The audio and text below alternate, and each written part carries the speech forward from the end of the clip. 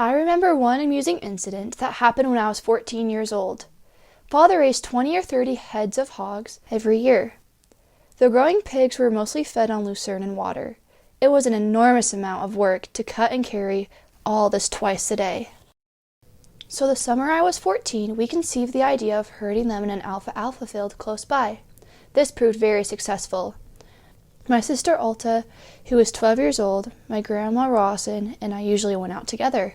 After they had fed for 20 or 30 minutes, we could always call them back with some wheat they were to have every time they were out. Father had them in a large pen separate from the other hogs. In the adjoining pen was a large brood sow. She was a thoroughbred animal. She was getting old and very vicious. We were warned continually to stay away from her pen.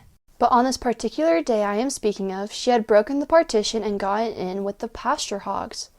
This had happened before.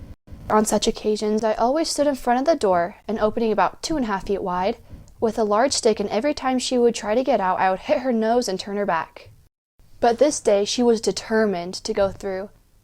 Mother, hearing the commotion, came out to help us. But before we got all the pasture hogs out, she made a desperate dive. Instead of stepping aside, I held my ground, my legs planted firmly in the front door. But this didn't stop her. In between my legs she dove!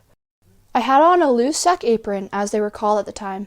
They were made quite full and long, and the material must have been quite firm, because instead of going through, her nose caught in my skirt and she carried me on her back, riding backwards, just as fast as she can go.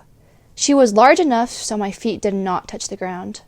Imagine my surprise and fright to find myself riding astride a pig, knowing she was so vicious, and expecting her to turn on me when I fell off.